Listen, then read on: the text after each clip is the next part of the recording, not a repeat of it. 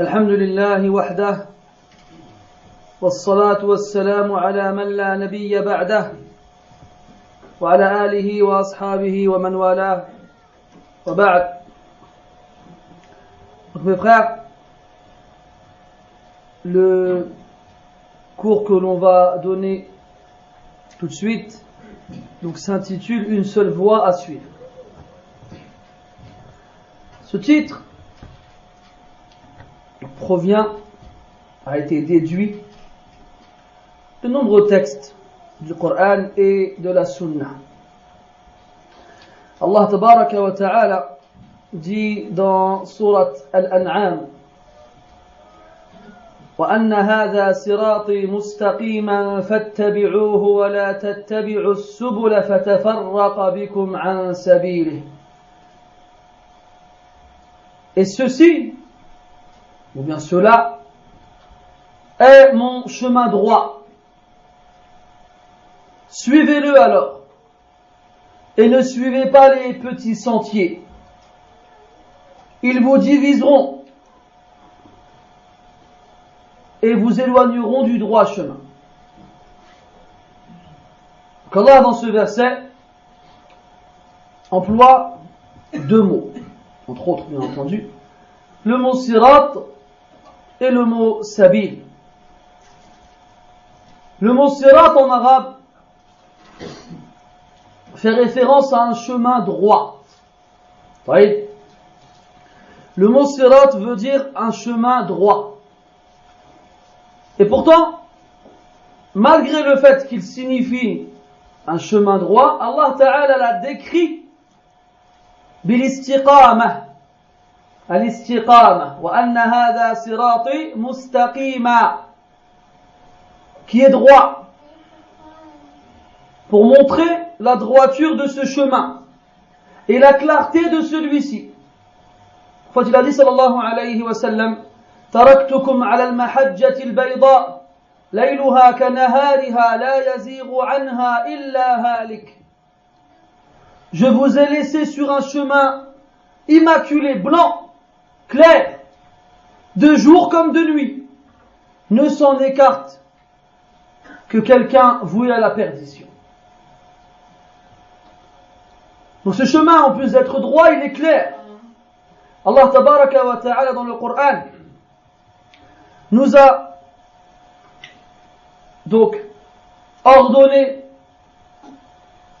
et interdit certaines choses, et chaque règle ou bien chaque loi présente dans le Coran ou bien dans la Sunna ont été clarifiées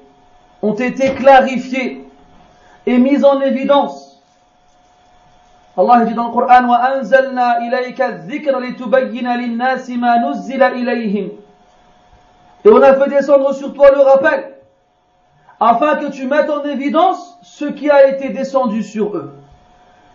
Donc là, tout simplement dans l'ayah, on constate qu'Allah Ta'ala fait descendre deux choses. Une qu'il appelle al-dhikr et l'autre qui concerne ce qui a été descendu sur les gens. Al-dhikr ici c'est la sunna. Et ce qui a été descendu pour les gens c'est le Coran. Donc à partir du moment où le croyant il est conscient que la sunna, c'est-à-dire la tradition prophétique, est une révélation au même titre que le Coran. Il est strictement interdit à tout musulman de ne pas donner à la sunna l'importance qu'elle mérite. Le Nabi sallallahu alayhi wa sallam قال فيما صح عنه ألا يوشك أن يوجد رجل شبعان على أريكته يقول عليكم بهذا القرآن فما وجدتم فيه من حلال فأحلوه وما وجدتم فيه من حرام فحرموه ألا إني أوتيت القرآن ومثله معه وما حرم رسول الله كما حرمه الله أو كما قال صلى الله عليه وسلم. النبي صلى الله عليه وسلم si je ne me trompe pas, durant la bataille de Tabouk, a informé les compagnons radiyallahu anhum qu'il était interdit de consommer de la viande d'âne. Et il a dit alayhi salatu wassalam, bientôt on trouvera des gens repus, rassasiés, allongés sur leur divan, qui diront aux autres, accrochez-vous à ce Coran, ce que vous y trouverez dedans comme chose licite, alors autorisez-le. Et ce que vous y trouverez comme chose illicite, alors interdisez-les. Pourquoi? Est-ce qu'il y a une mauvaise chose dans le fait de dire cela? Non. Mais ce qu'il faut comprendre, c'est que cette personne-là, allongée sur son divan, rassasiée, elle a bien mangé, elle a mis la sunna de côté. Elle a mis la sunna de côté comme si elle n'avait pas de valeur ou bien d'importance. Et le prophète a dit alayhi salatu wassalam, on m'a donné le Coran et son équivalent avec lui. Et son équivalent avec. Et ce que le messager d'Allah interdit est comme ce qu'Allah interdit. Donc la révélation d'Allah tabaraka wa ta'ala qui descend sur le prophète sallallahu alayhi wa sallam concerne le Coran et concerne aussi la sunna. Allah dit dans le Coran, in huwa illa wahyu yuha. Il n'est qu'une révélation qui lui a été faite. Allah dit au prophète sallallahu alayhi wa sallam, ya ayyuha ar-rasul balligh ma unzila ilayka min rabbik wa in lam taf'al fama ballaghta risalatahu. Ô prophète, transmets ce qui t'a été révélé de la part de ton Seigneur. Et si tu ne le fais pas, tu n'auras pas transmis le message. Il était obligatoire pour le prophète sallallahu alayhi wa sallam d'ordonner le bien et d'interdire le mal lorsqu'ils étaient devant lui. Et dans le cas où il se passait une chose sans qu'il ne le sache, Allah Ta'ala l'informait par la révélation. Donc, dans le Coran, Allah nous informe qu'il y a un chemin droit à suivre. Et il nous informe aussi que la révélation concerne le Coran et concerne la Sunna. Et qu'il n'y a pas de distinction entre eux.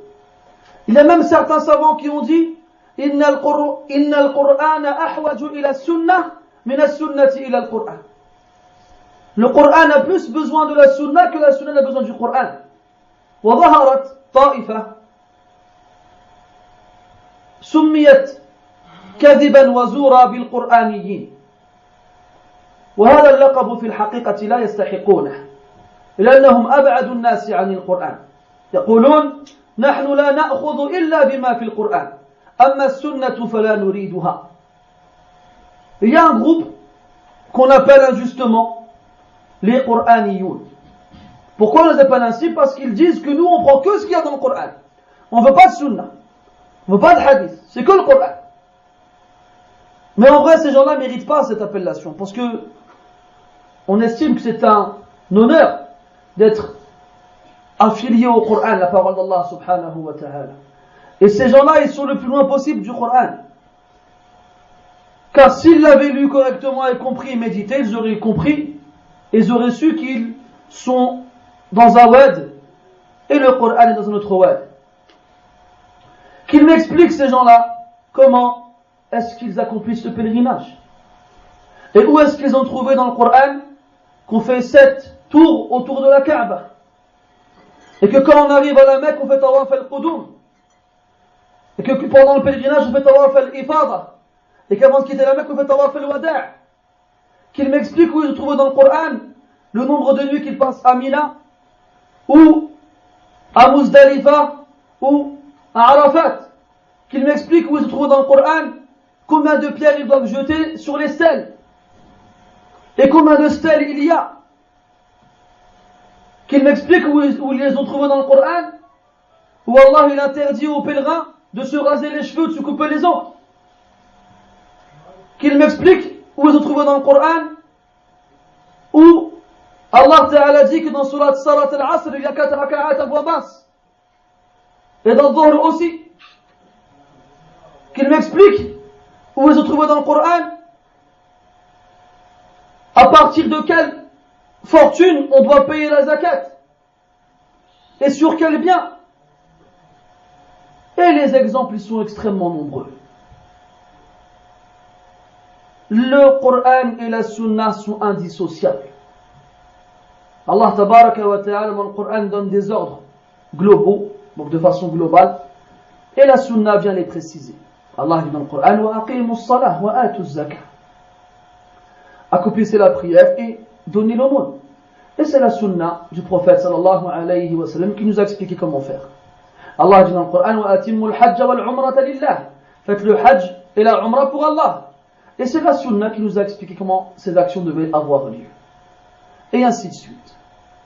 Dans le Coran, Allah Ta'ala nous dit وَأَنَّ هَذَا صِرَاطِي مُسْتَقِيمًا فَاتَّبِعُوهُ وَلَا تَتَّبِعُوا السُّبُلَ. As-subul, qu'est-ce que c'est as-subul? Sachez qu'on ne comprend le Coran en premier lieu qu'à travers le Coran lui-même. Donc celui qui s'exprime dans le Coran, c'est Allah Tabaraka wa Ta'ala.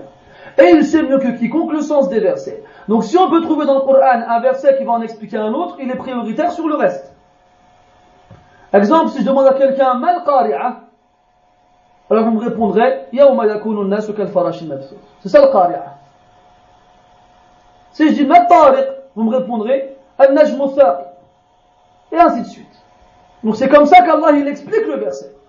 Donc il n'y a pas quelqu'un qui viendra expliquer mieux al-qari'a qu'Allah lui-même, vu que c'est lui qui a nommé ce jour ainsi.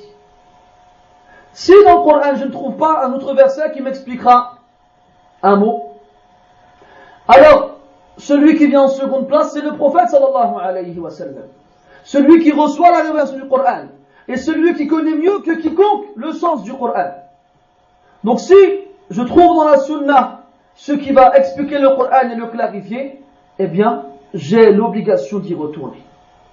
Et le prophète sallallahu alayhi wa sallam, comme rawa dhalika ibn Mas'ud radiyallahu anhu, akhadha asan wa khatta fil ardi khattan mustaqiman tawila wa qala hadha siratullah wa khatta khututan ma'ilatan عن يمين وشمال ذلك الخط الطويل المستقيم وقال وهذه السبل وعلى رأس كل واحدة منهن شيطان يدعو إليه. Le prophète sallallahu alayhi wa sallam a pris un bâton et il a tracé un long trait droit par terre. Et il a dit, voici le chemin d'Allah, il est droit. Et il a tracé sur les côtés de ce long trait des petits traits, donc penchés, pas droits, sur la droite et sur la gauche de ce trait-là. Et il a dit, voici les petits sentiers, les petits chemins. Et à la tête de chacun d'entre eux, il y a un shaitan, un diable qui appelle vers lui. Qui appelle vers lui. Allah dit dans le Coran, فَمَاذَا بَعْدَ الْحَقِّ إِلَّا الضَّلَالِ قُلْ هَلْ مِنْ شُرَكَائِكُمْ مَنْ يَهْدِي إِلَى الْحَقِّ قُلِ اللَّهُ يَهْدِي لِلْحَقِّ أفمن يهدي إلى الحق أحق أن يتبع أمن لا يهدي إلا أن يهدى فما لكم كيف تحكمون وقال فماذا بعد الحق إلا الضلال. Qu'est-ce qu'il y a après la vérité si ce n'est l'égarement? Il ne peut pas y avoir deux chemins dans lesquels il y a la vérité. Il y a forcément un dans lequel il y a la vérité et l'autre qui est l'égarement. فماذا بعد الحق? Qu'est-ce qu'il y a après la vérité si ce n'est l'égarement?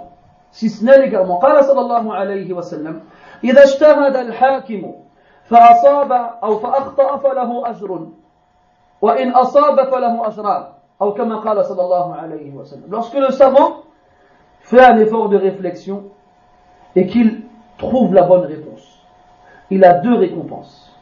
Enfin, il a deux récompenses. La récompense de l'effort de réflexion et la récompense d'avoir trouvé la bonne réponse. Quant à celui qui fait un effort de réflexion et qui ne trouve pas la bonne réponse, il est quand même récompensé pour l'effort qu'il a fourni et l'erreur qu'il a accomplie lui est pardonnée. ماذا نستفيد من هذا الحديث؟ هناك فوائد كثيرة. Il y a beaucoup de leçons à tirer de ce hadith, mais parmi ces leçons, on comprend qu'il n'y a qu'une vérité. il n'y a qu'une vérité. S'il y a plusieurs vérités, eh bien les deux savants ils auraient eu deux récompenses. Il y a un savant qui va réfléchir sur un hadith et qui va trouver une façon de le comprendre. Un autre qui va réfléchir sur le même hadith et qui va trouver une façon autre que celle que le premier savant a trouvée. Eh bien il n'y en aura qu'un qui aura la bonne réponse, on n'aura pas deux. Mais comme c'est des savants qui répondent aux conditions des savants, eh bien dans le cas où ils se trompent, leur aurait pardonné, ils sont récompensés. On comprend de cela qu'il n'y a qu'une réponse qui est correcte. Il ne peut pas y en avoir deux. Il ne peut pas y en avoir deux. Donc Allah il nous dit, voici mon chemin, il est clair, il est droit. Et faites attention aux petits chemins, aux petits sentiers. On a expliqué dans le hadith du prophète sallallahu alayhi wa sallam de quoi il s'agissait. Il s'agit de chemins qui sont sur les côtés de ce chemin droit. Et à la tête de chacun de ces chemins, il y a un shaitan qui appelle vers lui. Il y a un shaitan, il dit, viens vers moi, viens. Est-ce que tu crois, billah alayk? Est-ce que tu crois vraiment que le shaitan il va dire, moi je suis un shaitan, viens vers moi? Il sait très bien qu'en agissant ainsi, personne ne le suivra. Personne ne va suivre un shaitan, il va dire, moi je suis un shaitan, viens me suivre, écoute-moi. Je vais t'amener dans l'égarement. Personne ne va l'écouter. Alors bien entendu, il va enjoliver la chose. Et il va faire apparaître le lait comme étant beau. Et le mauvais comme étant bon. Et il va même ramener des versets, des hadiths. Mais ces versets, ces hadiths, ils sont comme on l'appelle mutashabihat. Ils sont équivoques. Mais qu'est-ce qu'Allah dit dans le Coran par rapport à ces versets-là? هو الذي أنزل عليك الكتاب منه آيات محكمات هن أم الكتاب وأخر متشابهات فأما الذين في قلوبهم زيغ فيتبعون ما تشابه منه ابتغاء الفتنة وابتغاء تأويله وما يعلم تأويله إلا الله الآية. C'est lui, Allah tabaraka wa ta'ala, qui a fait descendre sur toi le livre, le Coran. Dans ce livre-là, il y a des versets clairs. Il y a des versets clairs. Aucune équivoque à leur sujet. Exemple, Allah dit إنما حرم عليكم الميتة والدم ولحم الخنزير وما أهل لغير الله به. Allah il a interdit la consommation de la bête morte ou de celle qui a été égorgée pour autre qu'Allah ou de celle qui n'a pas été vidée de son sang ou de celle du porc. Est-ce que quelqu'un a besoin qu'on lui explique ce verset ou bien il est clair? Il est clair. Il y a d'autres versets qui, eux, sont équivoques. Ils ont besoin d'un éclaircissement. Pas parce que le verset n'est pas clair, mais parce que notre intelligence est limitée et notre science aussi. Et plus on a de la science, et moins ces versets nous paraîtront équivoques. Cependant, il y a des versets qui paraissent équivoques pour les ignorants, mais pour ceux qui ne connaissent pas les règles qui régissent la compréhension du Coran. Alors, ceux qui ont dans le cœur un penchant vers l'égarement, ceux qui ont dans le cœur un penchant vers l'égarement, qu'est-ce qu'ils font? Ils mettent de côté les versets clairs. Et chaque fois qu'il te ramènera un verset, ce sera un verset équivoque. Un verset dont le sens n'est pas clair dès le départ, pour moi, à cause de ma compréhension limitée. Alors il va te ramener un verset de ce genre-là, et il va lui donner le sens que lui, il veut. Il va lui donner le sens que lui, il veut. Dans quel but? Pourquoi? Ibtira al-fitna. Dans le but d'apporter la dissension, la division auprès des musulmans, dans le but d'égarer les musulmans du droit chemin, dans le but de leur faire oublier ce pourquoi le Coran a été révélé, et dans le but de lui donner le sens que eux ils veulent. De lui donner le sens que eux ils veulent. Donc on regarde. Ne crois pas qu'à la tête de ces petits chemins où il y a des chayatines au bout, vraiment ne crois pas que c'est un petit diablotin avec des cornes et une fourche et une queue pointue au bout, comme tu peux le voir à la télé. Enlève ces images de ta tête. Un shaitan, c'est soit un djinn, soit un être humain. Soit un djinn, soit un être humain. Un être humain aussi peut être un shaitan. Même le chien, il peut être un shaitan.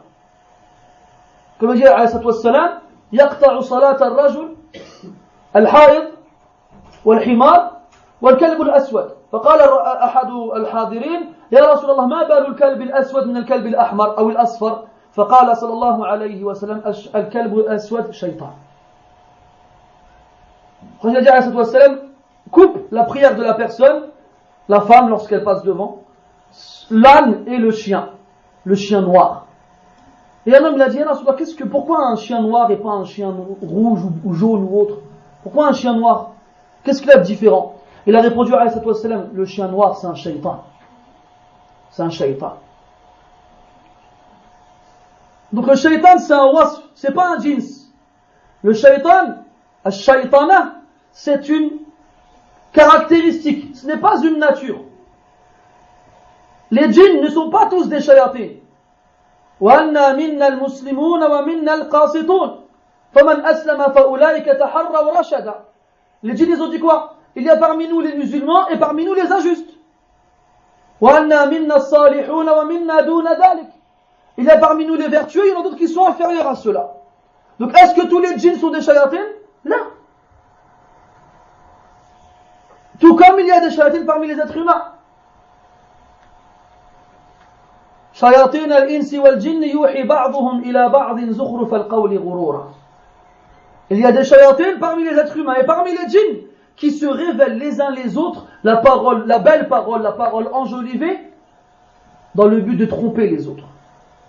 Donc ne comprends pas quand tu entends le hadith d'Ibn Mas'ud qu'il y a des petits chemins avec à la tête de chacun d'entre eux un shaytan, tu t'attends à trouver un shaytan avec des cornes, avec des dents qui sourent et qui veut te manger là.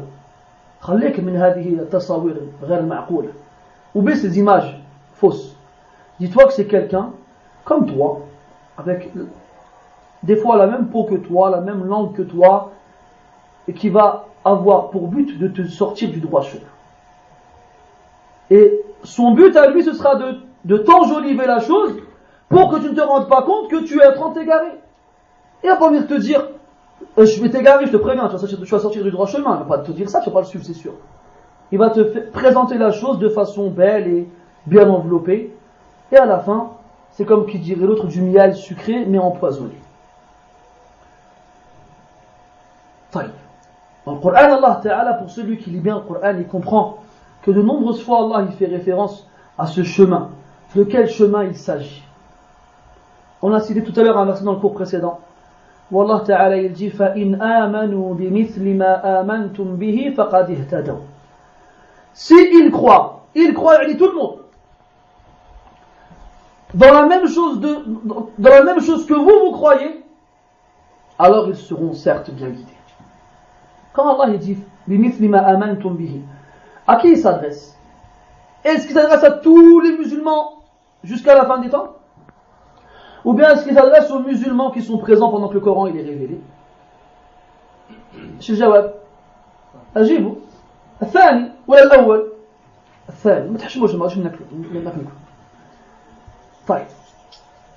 C'est les musulmans qui étaient présents quand le Coran était révélé. Abu Bakr, Omar, Khadija, Zayd, Uthman, Ali et وغيرهم رضي الله عنهم أجمعين. C'est eux. Et Allah Ta'ala dit aussi dans Surat At-Tawbah,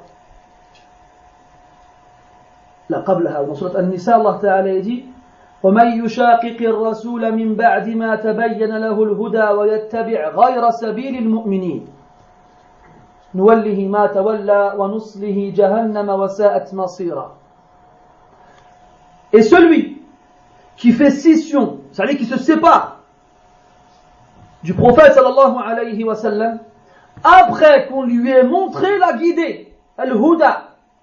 C'est-à-dire quelqu'un, tu viens lui dire أمرك رسول الله صلى الله عليه وسلم بكذا ونهاك رسول الله صلى الله عليه وسلم بكذا والدليل ما رواه البخاري عن الحميدي عن سفيان عن محمد عن فلان قال صلى الله عليه وسلم كذا.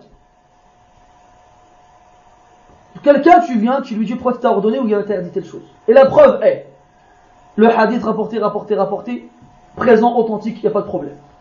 Qu'est-ce qu'il fait lui? Il dit non. Il refuse de le suivre. Et il s'écarte de la guider après qu'elle lui soit parvenue. Ben une telle personne, c'est comme si elle se séparait du prophète sallallahu alayhi wa sallam. Mais ce n'est pas que ça. Après Allah Ta'ala dit وَيَتَّبِعْ غَيْرَ سَبِيلِ الْمُؤْمِنِينَ, et qui suit un chemin autre que celui des croyants. Tous les croyants? Tous? Nous aussi? Hein? C'est bizarre, je vois des gens devant moi, mais je crois qu'ils ne sont pas là, en fait, ils ne réagissent pas. Hein? Taïb. Donc, les croyants, c'est qui, billah alaykum? Hein? Sahaba radiyallahu anhum. Wa yattabi' ghayra sabili al-mu'minin. Et qui suit un chemin autre que celui des croyants. Est-ce que ce verset il concerne que l'époque des Sahaba radiyallahu anhum? Ou bien il est ouvert à tout le monde? Dire, moi j'ai le droit de suivre un chemin autre que celui des compagnons? Je n'ai pas le droit. Bidalil hadhihi al-aya. Conformément à ce verset. Je n'ai pas le droit de suivre un chemin autre que celui des compagnons. Allah dit dans surat At-Tawbah, والسابقون الأولون من المهاجرين والأنصار والذين اتبعوهم بإحسان رضي الله عنهم ورضوا عنه. الآية. السابقون الأولون.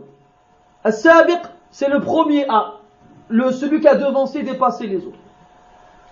Parmi les croyants, من المؤمنين والسابقون الأولون, pardon, les premiers. Dans quoi? Dans la foi. Parmi qui? Min al-muhajirin. Al-muhajirin, donc ce sont ceux qui ont fait la hijra, l'émigration de la Mecque vers Médine. Ou bien de la Mecque vers Al-Habasha, vers l'Éthiopie. Donc les premiers musulmans qui ont cru au message du prophète sallallahu alayhi wa sallam à la Mecque. Wal-ansar, et les Médinois, les auxiliaires, ceux qui ont porté secours au prophète sallallahu alayhi wa sallam et aux musulmans. Les Médinois. Donc le premier parmi eux, que ce soit les Mécois ou bien les Médinois, à avoir devancé les autres dans l'islam. Et après Allah Ta'ala dit وَالَّذِينَ اتَّبَعُوهُمْ بِإِحْسَانٍ. Et ceux qui les ont suivis. قاعدة ميسرة أو يسيرة جدا في اللغة العربية أن الضمير يعود إلى أقرب مذكور. الضمير يعود إلى أقرب مذكور. والسابقون الأولون من المهاجرين والأنصار والذين اتبعوهم بإحسان. هم إلى ماذا يعود؟ الضمير هنا إلى المهاجرين والأنصار. Donc, et ceux qui les ont suivis, les ont qui? Ils ont suivi qui? Une règle simple en arabe, qui, lorsque le pronom il est évoqué, il va forcément revenir à la chose précédée, la chose qui a été citée précédemment, la plus proche. En l'occurrence, les muhajirin et les ansar.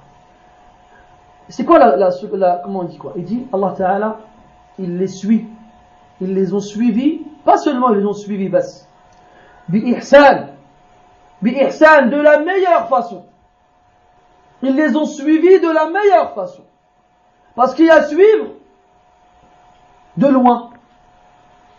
Et à suivre de la meilleure façon. Quel est le résultat? Quelle est la conclusion du verset? Radiyallahu anhum wa radu anhu. Allah est satisfait d'eux et ils sont satisfaits de lui. Allah est satisfait des muhajirin. Il est satisfait des ansar et il est satisfait de ceux qui les ont suivis de la meilleure façon. Billah alaykum, est-ce que ce verset, est-ce que l'explication que je vous en ai donnée, elle a l'air lointaine du caractère explicite de la forme, comment dirais-je, en apparence du verset? C'est la même chose. On n'a rien rajouté. Vous n'avez pas entendu قال الشيخ ولا قال العلامة ولا قال فلان. ايش سمعتم؟ قال الله. قال الله. طيب. والذين اتبعوهم بإحسان. والنبي صلى الله عليه وسلم أخبرنا في غير ما حديث عن أمور. أولا أن خير الناس وخير القرون في أجيال هذه الأمة قرنه. Premièrement, le prophète sallallahu alayhi wa sallam nous a informé que les meilleurs des gens parmi les musulmans, sont ceux qui ont vécu avec lui, sont ceux qui ont vécu dans son siècle. Ce sont les meilleurs des gens. Khayrun nas. Et quand il dit al-nas, c'est am. Lafdhun am yashmalu jami' al-nas. Quand il dit les gens, c'est tous les gens. Depuis Nuh jusqu'au dernier homme qui mourra lorsque Israfil soufflera dans la trompe. Et bien entendu, on exclut de tous ces gens-là les prophètes et les messagers. Car on sait qu'ils sont meilleurs que les Sahaba radiyallahu anhu. Ce qui veut dire que les meilleurs des gens sur terre depuis le début de la création, après les prophètes et les messagers, ce sont les Sahaba radiyallahu anhu. Ils sont meilleurs que les croyants qui ont suivi Nuh, ce dont Allah a dit dans le Coran, وَمَا آمَنَ مَعَهُ إِلَّا قَلِيلٌ. Ils sont meilleurs que les croyants qui ont suivi Hud, meilleurs que les croyants qui ont suivi Salih, meilleurs que les croyants qui ont suivi Shu'aib, meilleurs que les croyants qui ont suivi Lot, meilleurs que les croyants qui ont suivi Ibrahim, Moussa et Isa. Même si ces croyants-là sont des hommes pieux et vertueux, eh bien ceux qui ont accompagné le prophète sallallahu alayhi wa sallam sont meilleurs que tous. قال صلى الله عليه وسلم كما في الصحيحين من حديث ابن مسعود رضي الله عنه خير الناس قرني. Les meilleurs des gens sont ceux de mon siècle, de mon époque. ثم الذين يلونهم ثم الذين يلونهم. Ensuite ceux qui les suivent et ensuite ceux qui les suivent. Après il a dit لا يأتي زمان إلا وما بعده أشد أو في رواية أخبث.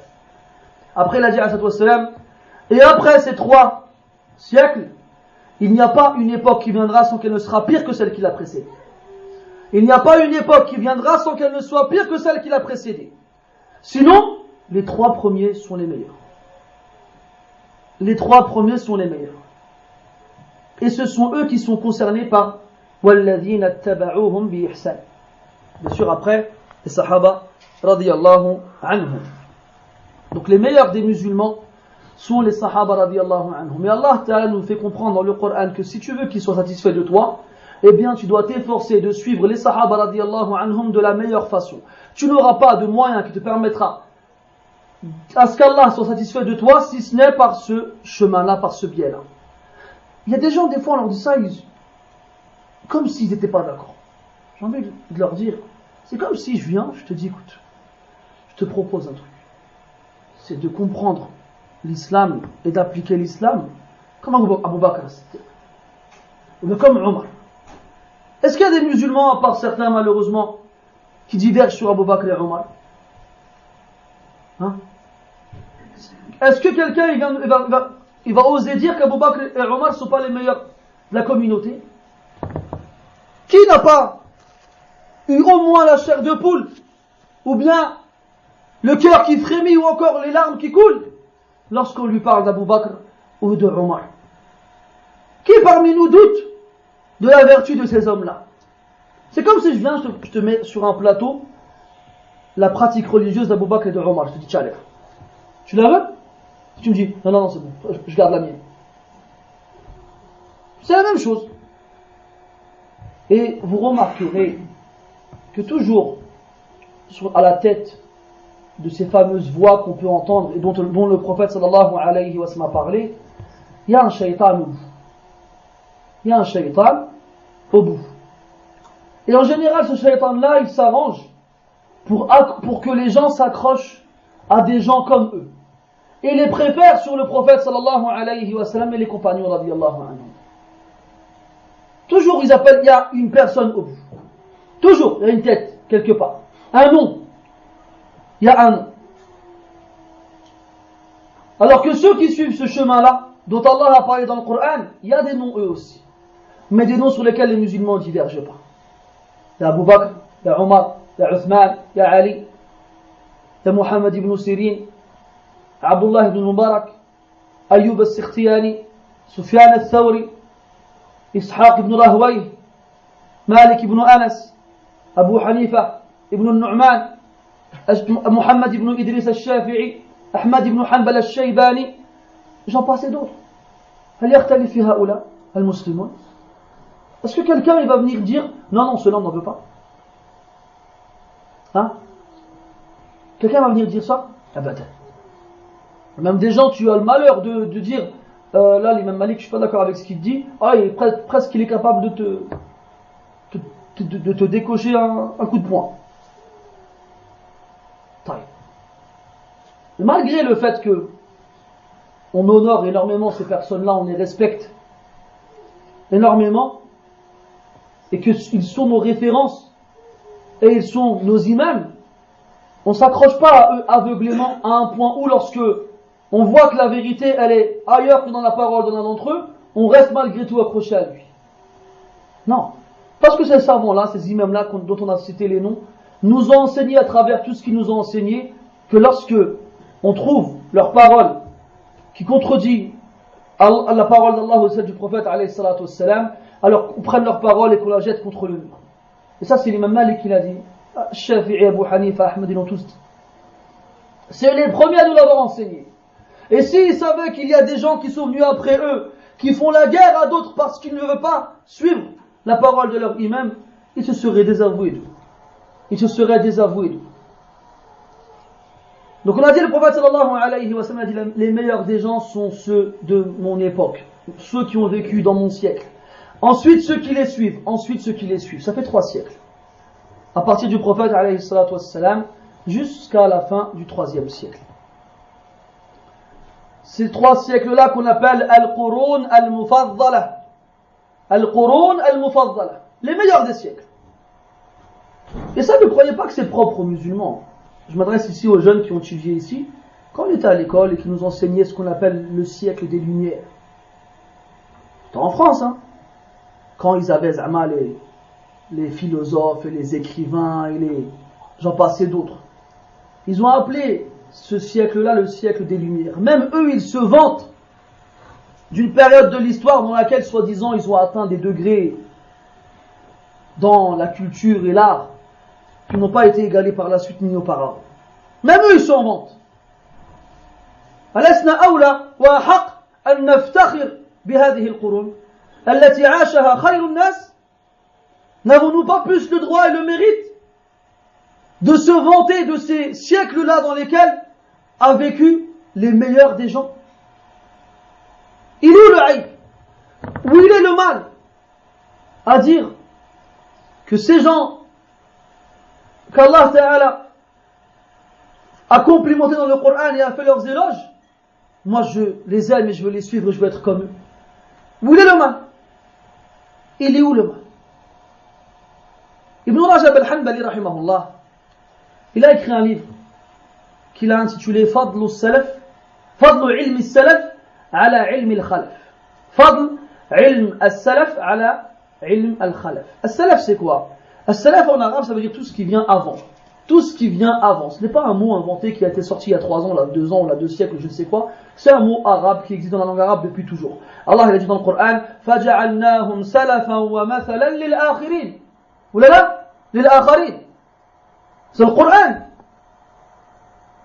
On a fait d'eux des prédécesseurs, des gens qui sont venus avant, et un exemple pour ceux qui viendront après. Et le prophète a dit sallallahu alayhi wa sallam, Fatima radiyallahu anha, avant de mourir, ni'ma salaf ana lak. وهذا في البخاري. Il a dit à Fatima radiyallahu anha, sa fille, quel meilleur prédécesseur je suis pour toi, parce qu'il l'avait informé juste avant qu'il mourrait et qu'elle serait la première de sa famille à le rejoindre. Donc elle a pleuré. Il lui a dit, mais quel meilleur prédécesseur il y a en moi pour toi? Et il a employé le mot salaf. Et ce n'est pas 1 fois, 2 fois, 3 fois, c'est dans les textes, c'est présent. Taïb. Donc quand on emploie le mot salaf, ça fait référence à ces 3 siècles qu'on a cités dans le hadith d'Ibn Mas'ud. Radiyallahu anhu. Et il y a des gens qui sont venus par la suite. Ils ont dit quoi? Ils ont dit ilmu salaf a'lam. Non, ils ont dit ilmu salaf aslam. Wa ilmu al-khalaf a'lam wa ahkam. Ils ont dit la science des prédécesseurs, elle est plus sûre. Mais la science de ceux qui sont venus après le khalaf, donc tous ceux qui sont venus après les 3 premiers siècles, elle est plus juste et plus droite. Comment est-ce que la science des salafs elle peut être plus sûre, et plus de sécurité, et la science des khalaf elle peut être plus juste? C'est ajib هذا. هذا قمة التناقض. C'est le summum de la contradiction. Alors Ibn Rajab al-Hanbali rahimahullah, lorsque cette parole a commencé à se répandre beaucoup, il a écrit un livre dans lequel qu'il a nommé Fadlu ilmi salaf ala ilmi al-khalaf. La supériorité de la science des pieux prédécesseurs sur celle de ceux qui sont venus par la suite. C'est un livre, il n'est pas très grand. Et à la fin, il conclut en disant ilmu salaf aslam wa a'lam wa ahkam. Ilmu salaf, il est plus sûr, il est plus juste et il est plus droit. Et que celui qui s'éloigne de ce chemin-là se sera certes égaré. Le prophète sallallahu alayhi wa sallam a dit, et ces hadiths-là, wal'iyadhu billah, ont vu une époque dans laquelle les gens presque ils les détestent. On leur en parle, on dirait on a insulté quelqu'un de leur famille. On dirait ce hadith-là il a été dit pour les rendre tristes et malheureux. Et ce qui est étonnant chez ces gens-là, la dirayata lahum bi'ilmi al-hadith asla. فهم لا يميزون بين المعلم من الحديث بين سقيم الحديث وصحيحه أبدا. لا علم لهم بضعفاء الرواة أو بالمدلسين أو بالمبهومين أو بالمجهولين أو ما أشبه ذلك. لا علم لهم به قطعا. Donc il y a une science, comme vous le connaissez, vous le savez tous, qu'on appelle ilm al-hadith, la science du hadith. Cette science elle consiste à déterminer le degré d'authenticité d'un hadith en fonction du degré de fiabilité de chacun des rapporteurs. Et bien entendu, il y a d'autres règles qui rentrent dans cela. Il y a des gens, tu leur apportes des hadiths, ils les aiment pas. Leur nefs, ils l'acceptent pas. Leur âme, elle se recroqueville sur elle-même lorsqu'ils les entendent. Et quand tu leur amènes ces hadiths-là, comme ils n'ont aucun moyen de les rejeter, qu'est-ce qu'ils vont te dire? Il est daïf. Il est faible. Alors que ces mêmes personnes-là, jamais de ta vie, tu les entends parler d'un hadith daïf. D'un hadith, je veux dire, authentique ou pas. Ils connaissent rien du hadith daïf. Ils connaissent rien des conditions du hadith daïf. Et eux-mêmes, si ils ont des savants autour d'eux, leurs savants ne sont pas connus pour ilm al-hadith. Ils ne sont pas connus. Et ce qui est contradictoire, une fois de plus, c'est que ce sont le genre de personnes qui autorisent l'utilisation du hadith daïf. Donc les savants ont divergé à ce sujet-là. Il y en a qui disent qu'on a le droit d'utiliser le hadith daïf avec certaines conditions. Certains y voient 4, certains y voient 5. D'autres disent qu'on n'utilise pas le hadith daïf jamais. Et il y a dans le hadith sahih et hasan une suffisance. Eh bien eux, ils font partie des gens qui aiment, qui prétendent autoriser l'utilisation du hadith daïf. Mais quand tu leur amènes ce hadith-là, ils disent quoi? Non, il est daïf. Pourquoi? Parce qu'il ne convient pas à leur façon de voir les choses et à leur façon de penser. C'est quoi ce hadith, vous allez me dire? C'est le hadith rapporté par At-Tirmidhi, Ahmad et d'autres. Et ce hadith-là, il a énormément de chaînes de transmission qui sont soit bonnes en elles-mêmes et celles dans lesquelles il y a des petits problèmes, des petits défauts, se renforcent les unes les autres. D'accord? Un exemple. On est 15. Toi, t'arrives. Moi, je viens de voir, je te dis, hier, sur la place du marché, il y a un homme qui a renversé un petit garçon. Toi, tu me connais, tu sais que je suis quelqu'un qui mélange un peu les informations ou bien qui a tendance à oublier ou à confondre. Donc, tu ne vas pas prendre l'information au premier degré. Un deuxième, il arrive. Lui aussi, il est connu pour avoir une mauvaise mémoire ou bien pour mélanger les informations. Il n'était pas avec moi. Il vient te voir et il te dit la même chose. Hier, sur la place du marché, il y a un enfant, il y a un papa, il a renversé un petit garçon. Tu vas dire, ah, tiens, j'ai déjà entendu cette information-là. Mais tu as toujours un doute, vu que les deux personnes qui m'ont parlé, ils sont faibles dans leur mémoire. Un troisième, il vient. Un quatrième, un cinquième, un sixième. Et ils rapportent tous la même information. Billah Alex, cette information auprès de toi ne sera pas renforcée?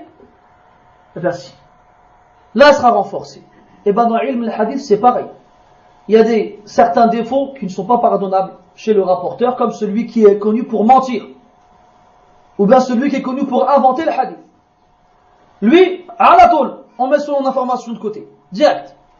Mais si les gens, même s'ils ont des défauts dans leur mémorisation, dans leur façon d'assimiler les informations, à partir du moment où ils se renforcent les uns les autres dans la même information, eh ben le hadith il est accepté, pas de problème. Ça marche plus ou moins, je vous ai résumé la chose, comme ça dans ilm al-rijal, dans ilm al-hadith. Taïb. Ce hadith-là, on a dit, il est rapporté par At-Tirmidhi et par Ahmad et d'autres sahaba radiyallahu anhum, d'autres ulama du hadith, et il est rapporté par Abdullah ibn Amr ibn As et d'autres sahaba radiyallahu anhum. Le fameux hadith de Iftiraq al-Ummah. Le fameux hadith de la division de la communauté. Des fois tu dis ça à des gens, c'est quoi leur poil, ils s'hérissent sur leur peau. T'as vu quelqu'un quand il a un djinn et tu lui fais une ruqya, tu lui lis du Coran, comment il fait? Il fait pareil. Ah, mais il pas ce hadith. Ajib. C'est la parole du prophète sallallahu alayhi wa sallam. Qu'est-ce qu'il t'a fait? Il t'a enlevé ton argent, il t'a tué tes enfants, il t'a coupé tes cheveux, il t'a enlevé tes dents, il t'a fait quoi? Il n'aime pas parce qu'il ne va pas dans son sens.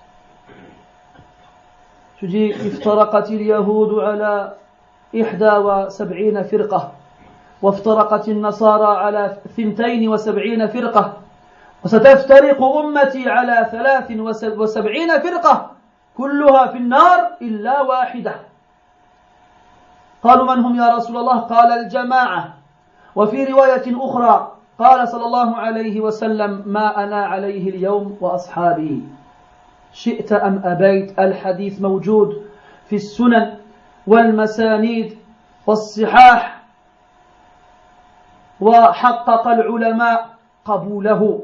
شئت أم أبيت شئت أم أبيت شئت أم أبيت وعلى رغم أنفك.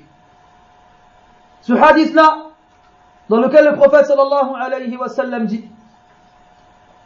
les juifs se sont divisés en 71 groupes et les chrétiens se sont divisés en 72 groupes et ma communauté se divisera en 73 groupes. Elles seront toutes, ces groupes-là seront tous dans le feu sauf un. Les sahaba radiyallahu anhu disent: Rasulullah, c'est qui eux? Qui sont-ils? Il a répondu sallallahu alayhi wa sallam: al-jama'a, le groupe. Et là t'as des gens qui disent quoi? C'est bon, moi je suis dans le groupe. Ne crois pas que le groupe c'est la majorité. Oh là là, si la majorité elle avait raison, eh bien Nuh il se serait trompé alors. Quand Allah a dit de lui: وَمَا آمَنَ مَعَهُ إِلَّا قَلِيلٌ. La majorité elle n'est pas forcément révélatrice de la vérité. Regarde sur terre, il y a combien d'êtres humains? 6-7 milliards. Combien d'entre eux sont musulmans? 1 milliard, 1 milliard et demi. Ça fait combien de koufars? 5 milliards et demi. Donc c'est eux qui ont raison, ça veut dire. Et sur les musulmans, c'est 1 milliard et quelques. Ils sont tous pareils. Ils font tous les ablutions de la même façon, la prière de la même façon, le jeûne de la même façon, ils croient tous en Allah de la même façon, et chacun il a sa propre vision du din. Alors on fait quoi? On va compter les plus nombreux, on va dire c'est eux qui ont raison? Ça marche pas comme ça, heureusement, alhamdulillah. Allah dans le Coran de nombreuses fois nous fait comprendre que la majorité n'a pas forcément raison, bien au contraire. Bien au contraire. Et la plupart des gens, quels que soient les efforts que tu fourniras, ils ne seront pas croyants. Et la plupart des gens ne savent pas. La plupart des gens ne croient pas. La plupart des gens ne réfléchissent pas. Et Allah Ta'ala parle de la minorité aussi. En disant, comme dans Surat Sad avec Qisat Daoud alayhi salam, إِلَّا الَّذِينَ آمَنُوا وَعَمِلُوا الصَّالِحَاتِ وَقَلِيلٌ مَّا هُمْ. Sauf ceux qui ont cru et font des actions vertueuses, et qu'est-ce qu'ils sont peu. Et Allah dit dans le Coran aussi dans Surat Saba: اعملوا آل داود شكرا وقليل من عبادي الشكور. Allah il a dit: et peu parmi mes serviteurs sont reconnaissants. Et Allah il a dit dans Surat Al-Waqi'a: ثُلَّةٌ مِّنَ الْأَوَّلِينَ وَقَلِيلٌ مِّنَ الْآخِرِينَ. Une multitude parmi les premiers et une minorité parmi les derniers. Et comme on a dit avec Nuh alayhi salam: وَمَا آمَنَ مَعَهُ إِلَّا قَلِيلٌ. Il n'a cru avec lui qu'une petite partie parmi les gens. إِلَّا قَلِيلٌ. لا تغتر بالكثرة. Ne sois pas trompé par la majorité. La majorité n'est pas révélatrice de vérité. Elle n'est pas révélatrice de vérité. Donc al-jama'a, ça veut dire quoi alors dans ces cas-là? قال عبد الله بن مسعود رضي الله عنه: الجماعة من وافق الحق وإن كان وحده. الجماعة من وافق الحق وإن كان وحده. الجماعة, le groupe, c'est celui qui est en conformité avec la vérité, même s'il est tout seul. Même s'il est tout seul, c'est lui al-jama'a. Et tous ceux qui n'ont pas voulu se soumettre et se plier à la vérité, eh ben, ils ne seront pas dans le jama'a. Donc le groupe, c'est celui qui se conforme à la vérité, même s'il est tout seul. Ça veut dire que toi, demain, tu es dans une ville, tu es le seul musulman qui suit le chemin qu'Allah lui a tracé, et autour de toi, il y a des millions de musulmans qui ne suivent pas ce chemin-là, ce sera toi le jama'a. Comme l'imam Ahmad, rahimahullah, lorsqu'il est resté seul avec Muhammad ibn Nuh, rahimahullah, à s'opposer à cette doctrine que le calife voulait imposer aux gens, comme quoi le Coran n'était pas la parole d'Allah, mais une créature parmi ses créatures, et bien, à ce moment-là, c'était le jama'a, l'imam Ahmad, rahimahullah. Même s'ils étaient que lui et Muhammad ibn Nuh 2. Et tous les autres contre lui. Donc dans la première version du hadith, al-jama'a, le groupe. C'est quoi le groupe? Man wafaqa al-haqqa wa in kana wahdah. celui qui est en conformité avec la vérité, même s'il est tout seul. Et l'autre version du hadith, Ma ana alayhi al-yawm wa ashabi. Ce sur quoi je suis aujourd'hui moi et mes compagnons. Et mes compagnons. من هو الصحابي كما عرفه علماء الحديث هو من اجتمع بالنبي صلى الله عليه وسلم حي مؤمنا به ومات على ذلك. C'est qui le compagnon? Est-ce que c'est n'importe qui? C'est celui qui s'est retrouvé avec le prophète sallallahu alayhi wa sallam pendant qu'il était vivant et qui croyait en lui à ce moment-là et qui est mort musulman. Qui est mort musulman. Donc toute personne qui a eu l'occasion de se retrouver avec le prophète sallallahu alayhi wa sallam, ne serait-ce que quelques instants, et qui à ce moment-là il croyait au prophète sallallahu alayhi wa sallam et qui est mort sur cette foi-là, eh bien c'est un compagnon. C'est un compagnon. Et le dernier des compagnons à mourir,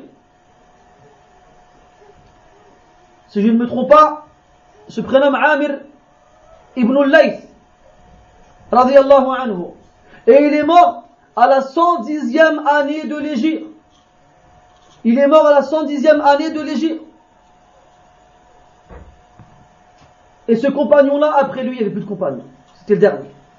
Le dernier des compagnons à mourir. Donc tous ceux qui étaient avant lui, avec lui, et qui ont pu être avec le prophète sallallahu alayhi wa sallam sont les compagnons radiyallahu anhum. Ceux dont Allah Ta'ala dit dans le Coran énormément de bien, et qui sont bien entendu nos modèles et nos exemples, et ceux que l'on essaye de suivre de la meilleure des façons. C'est ça la voie que l'on doit suivre, ainsi que la voie de ceux qui les ont suivis de la meilleure façon. Que tout comme les Sahaba radiyallahu anhum étaient les hommes qui accompagnaient le prophète sallallahu alayhi wa sallam et qui étaient présents lorsque le Coran était révélé, ils connaissaient mieux que quiconque le sens de ces versets. Abdullah ibn Mas'ud radiyallahu anhu disait, il n'y a pas un verset dans le Coran sans que je ne sache où il a été révélé, quand il a été révélé et pourquoi il a été révélé. Je répète, il n'y a pas un verset dans le Coran sans que je ne sache où il a été révélé, quand il a été révélé et pourquoi il a été révélé. Et si je savais qu'il y avait quelqu'un qui connaissait le Coran mieux que moi et qu'on peut rejoindre un dos de chameau, eh bien je l'aurais rejoint pour apprendre cette science qu'il a en plus de la mienne. Ibn Mas'ud radiyallahu anhu. Et une parole à peu près similaire a été rapportée de Ali ibn Abi Talib radiyallahu anhu. Donc moi, je vais laisser ces hommes-là qui ont compris le Coran mieux que quiconque, vu qu'ils étaient présents pendant qu'il était révélé, pour aller préférer la compréhension d'un homme qui a vécu quelques années avant moi, et qui n'a pas choisi de suivre le chemin de ces hommes-là. Ajib, Ajib. Après, il y a une chose, vous allez trouver ça étrange, mais aujourd'hui, les musulmans qui disent tous, non, on suit les Sahaba. Ils disent tous ça. C'est bizarre, comment ça se fait? On suit tous les Sahaba? Pourtant, on n'est pas pareils tous. Comment ça se fait? Il y a un problème. Il y a un souci, il y a, comme on dit, anguille sous roche.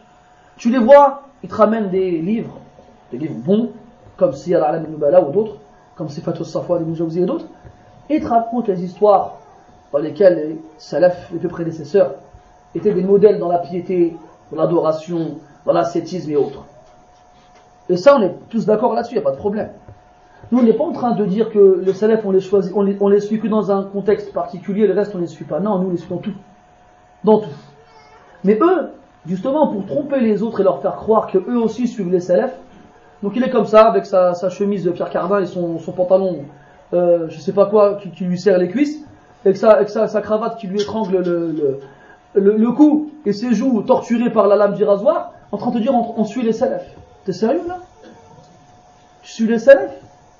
Il est là en train d'écouter de la chanson avec du violon et des tambours, il tape dans les mains, dit Allahumma salli ala Muhammad, il dit on suit les salafs. Tu vois toi Abu Bakr en train de bouger la tête en chantant Allahumma salli ala Muhammad sur un fond musical, alors que le jour de l'Eid, écoutez ce hadith, c'est dans le Bukhari, le jour de l'Eid, il rentre chez le prophète sallallahu alayhi wa sallam, il trouve des petites filles en train de jouer du tambour et de chanter. Qu'est-ce qu'il a dit Abu Bakr? Mizmaru shaytan fi baytin nabi, les instruments de shaitan dans la maison du prophète.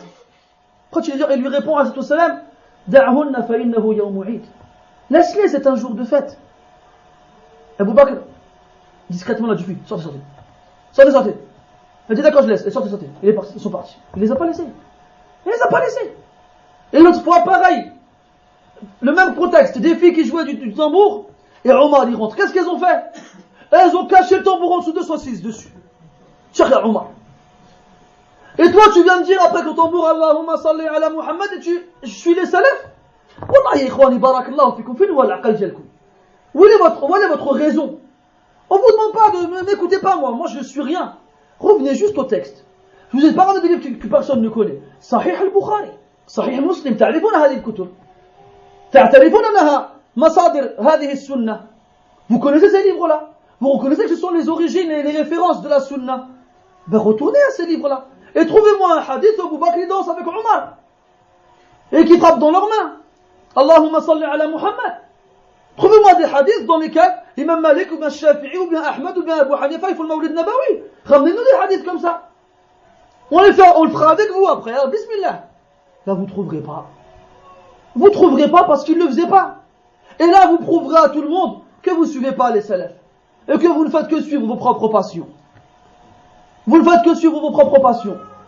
Mais le pire de tout cela, c'est qu'ils essayent de faire croire aux gens qui suivent les salafs. Wa wallahi, ils ne suivent pas les salafs, ils suivent leur ahwa.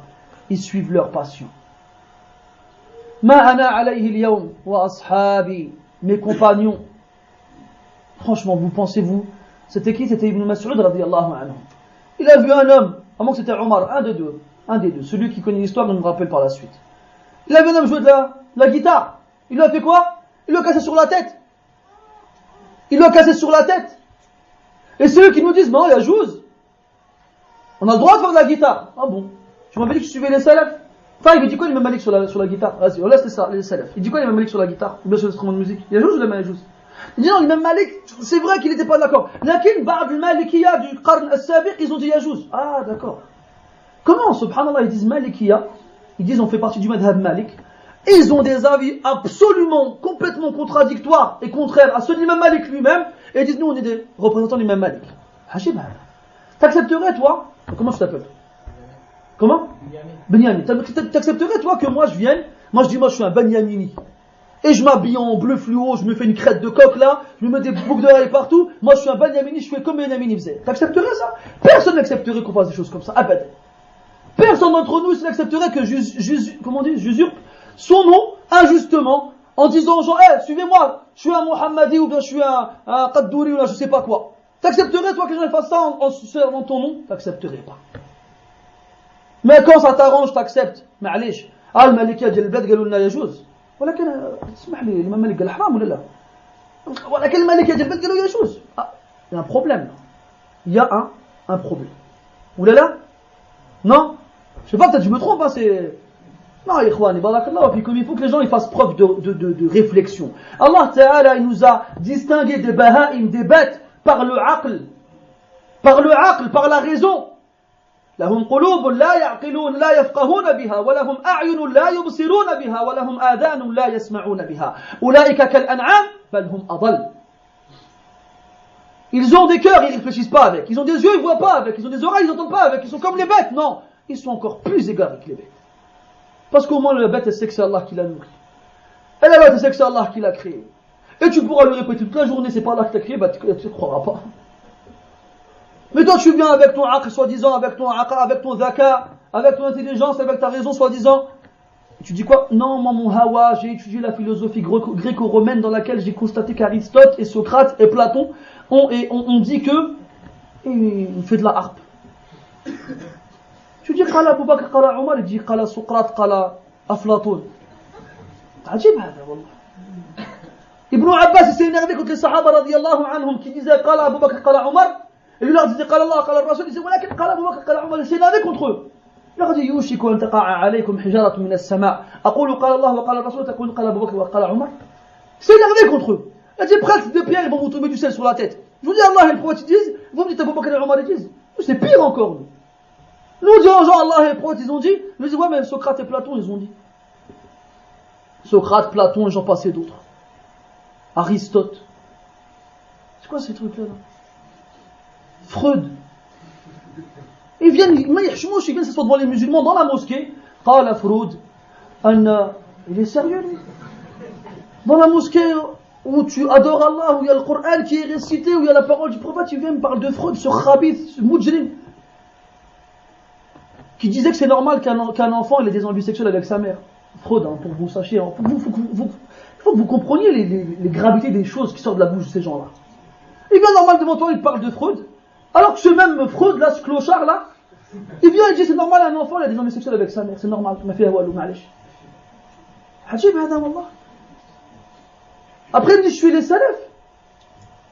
Vous ne faites pas avoir. Ne vous faites pas avoir. Ce n'est pas tous ceux qui prétendent suivre les salafs qui suivent les salafs. Si on suivait tous les salafs comme on le prétend, eh ben on ferait tous la même chose, il n'y aurait pas de problème. Il n'y aurait pas de problème. Mais il y a des problèmes aujourd'hui, il n'y en a pas. Bien sûr, il y a des problèmes, il y en a partout des problèmes. Il y en a partout. C'est très simple. Cheikh Muqbil ibn Hadi al-Wadi'i, rahmatullahi alayhi, il a donné un exemple, wallah, mashallah. Il dit, vous avez vu les fourmis? Les fourmis, elles suivent celle qu'il y a devant elles. Toujours, elles marchent en file indienne. Toujours. Toujours. Pourquoi elles marchent en file indienne? Pour ne pas perdre la route. Il donnait un exemple. Il disait, les musulmans, c'est comme des fourmis. Donc, elles suivent la file, quoi. Et t'as remarqué, la fourmi, elle va jusqu'au bout. Même elle porte un grain de riz qui pour toi ne pèse même pas un gramme, pour elle il pèse des kilos. Et bien la fourmi, vu qu'elle est amenée à suivre celle qui la précède, elle se retrouve face à un caillou. Caillou qui pour toi d'une pichenette, tu l'envoies, va le dinguer ou la voler. Mais pour elle c'est l'Everest, hein, c'est l'Everest. Ou là les Alpes, hein, on parle, je sais pas. Pour ceux qui savent pas c'est quoi l'Everest. Et bien la fourmi, je crois, va réfléchir. Elle réfléchit pas. Elle voit le caillou, et ben elle monte sur le caillou. Avec son grain de riz qui pèse pour elle des kilos, avec la difficulté de gravir ce caillou. Mais pourquoi est-ce qu'elle le suit? Parce qu'elle sait qu'en suivant ce chemin, malgré la difficulté, elle va pas se perdre. Et quand t'as des fourmis, par contre, ils disent, vas-y, déjà je me tape le grain de riz, là en plus je vais monter le caillou. Je vais le contourner. Je vais rester à la base du caillou, et je vais faire le tour. En faisant le tour, qu'est-ce qui se passe? Elle perd la file. Et qu'est-ce qui se passe après? Elle retrouve plus la file. Et elle se perd. C'est pareil. Les musulmans, c'est vrai qu'aujourd'hui, porter la sunna, suivre les salafs, bi'idhnillah, de la meilleure façon, surtout en France, où on n'est pas des stars, hein, eh bien, c'est difficile. Mais bi'idhnillah, c'est même pas difficile, Inch'Allah. Moi, personnellement, j'éprouve aucune difficulté. J'en éprouve aucune. Ça fait des années, walhamdulillah, que je suis né en France. Hein, je suis un Français. Ça ne se voit pas, mais genre, je vous sors la carte si vous voulez. Moi, je suis né en France. Ça fait maintenant plus de 15 ans que je fais la prière. Et que plus de 10 ans que je fais la sunna, tout ça. C'est vrai qu'il y a eu des moments difficiles, je vous mens pas. Mais là, j'ai pas de problème. On est toujours en train de se plaindre, ouais, mais nous en France c'est difficile. C'est difficile, donc quoi c'est difficile? Billah, allez, franchement c'est difficile. Tu me dis au travail, il me laisse pas mettre la barbe et tout ça. Bah lâche le travail. Ouais, mais vous, subhanallah, avec vous on peut rien faire. Non, je dis pas on peut rien faire. Les Sahaba radiyallahu anhum, ils n'ont pas subi des souffrances atroces. Ils n'ont pas sauté dessus pour s'accrocher à leur religion. Ah, c'est vrai que c'est pas pareil. Ah non, les salafs on ne suit que quand on veut, c'est vrai. Hein? C'est comme si en France t'arrêtes de travailler, demain t'es sous un pont en train de tendre ta main comme un roumain là, s'il vous plaît. On dirait c'est ça. Ça, regarde les aides là, ils sont contents que les aides tombent là. Le chômage et tralali tralala. Tu vas finir sous un pont demain, t'arrêtes de travailler? T'arrêtes, tu vas pas finir sous un pont. وَمَنْ يَتَّقِ اللَّهَ يَجْعَلْ لَهُ مَخْرَجًا وَيَرْزُقْهُ مِنْ حَيْثُ لَا يَحْتَسِبُ. Dans le Coran, c'est pas moi qui te l'ai ramené. Je dis ouais mais vous là, les extrémistes intégristes, tout ce qui finit par ist là. Ouais mais vous voulez quoi? Ben on veut juste que vous obéissiez à Allah et à son messager et que vous suiviez les salafs. Moi si je t'arrête de travailler toi, je vais pas gagner de l'argent sur ton dos. Hein. J'ai pas signé un contrat avec ton patron discrètement, dire si jamais j'arrive à l'arrêter de faire travail, je vais gagner de l'argent à sa place. J'ai rien fait. Rien du tout. On fait que vous indiquer le meilleur des chemins pour vous. Pour votre bien à vous. C'est tout. C'est tout. Et comme la plupart d'entre nous, on est d'origine maghrébine ou bien africaine, comme nos parents ou bien nos grands-parents, ceux qui sont venus ici, ils ont fait énormément de sacrifices pour venir ici dans le but de remplir leur estomac avec la nourriture ou bien de pouvoir construire une maison de laquelle ils se vanteront auprès des autres. Ah, c'est facile de faire des sacrifices pour dunya. C'est pas difficile. Elle est sucrée, gars, elle passe bien. C'est pas grave, on doit. T'as vu au bled, moi je donne l'exemple, je suis marocain, au Maroc ils font quoi? Là, premièrement, on doit payer 40 000 dirhams pour pouvoir trouver un passeur. Hein, déjà les 40 000, va aller trouver les 40 000 dirhams au Maroc, tu vois. Ensuite, qu'est-ce qu'ils font? Il y a un passeur, qu'est-ce qu'il fait? Il leur trouve un petit trou dans une voiture ou dans un camion, il reste là-dedans, recroquevillé, on dirait, il peut tenir dans un carton de 30 cm, il peut. Il reste là-dedans. Pendant des heures et des heures. Et des fois, il passe. Et des fois, il passe pas. Retour à la case départ, il s'est fait attraper. Mais tu crois qu'il s'arrête? Non! Il va retrousser ses manches encore une fois pour ramasser l'argent pour repasser une deuxième fois. Et un jour, il passe, il arrive en France. Il est content. Waouh, dunya, ça y est, Jannah, je suis arrivé au Jannah. Il arrive en France. Mais il a rien. Il a rien, pas de papier, pas de maison, mais c'est pas grave, je suis en France. Alors tu vas le voir, il va dormir dans les escaliers d'un bâtiment, ou bien sous un arrêt du bus, jusqu'à ce qu'un jour il trouve un foyer, il va squatter avec quelqu'un dans une chambre, ils seront 16 dans un 2 mètres carrés. Mais c'est pas grave, je suis en France. Après il va travailler au marché, 16 heures sur 24, on va lui donner 15 €. Mais c'est pas grave, je suis en France. Ah, tsbar fahadi. Alors tu patientes là. لأجل ماذا؟ لأجل الدنيا، لأجل المال. Pourquoi? Pour l'argent. Et quand on nous dit, crains, arrête ça pour Allah, on passe pour des fous, des extraterrestres. Une petite histoire qui est arrivée à un frère belge dans les années 90. Il était avec ses enfants, et le frère belge, c'est un belge d'origine, c'est pas un arabe. Il était directeur dans une école primaire. Donc il est musulman, il évolue dans l'islam, alhamdulillah, il suit les peu prédécesseurs. Et qu'est-ce qu'il se passe? Des problèmes avec ses enfants par rapport à l'école. Alors qu'est-ce qu'il fait? Il prend sa femme et ses enfants et puis ils fonce au Maroc. Au Maroc, il connaît personne, il a rien. Il se débrouille. Vous savez comment il va faire pour gagner sa vie? Il va cueillir du na'na' le matin, 4 heures du matin, et il va les vendre au souk, au marché. Et il a patienté comme ça pendant longtemps. Un jour, pendant qu'il vendait son na'na', il y a un homme qui vient lui acheter donc de la menthe, et il voit qu'il n'a pas donc l'apparence d'un Marocain. Il dit, t'es d'où toi? Il dit, je suis belge. Il dit, comment un belge il peut se retrouver au Maroc à vendre du na'na'? Alors il lui dit, voilà, il lui explique, il lui raconte son histoire, j'étais directeur d'école, il a khayrihi, et j'ai quitté ce pays pour aller dans un pays musulman, vivre avec mes enfants, dans un pays musulman comme Allah il le veut. Et l'homme il lui dit, écoute, moi je suis directeur d'école, et j'ai besoin d'un professeur, ça t'intéresse de travailler chez nous? Il dit, non.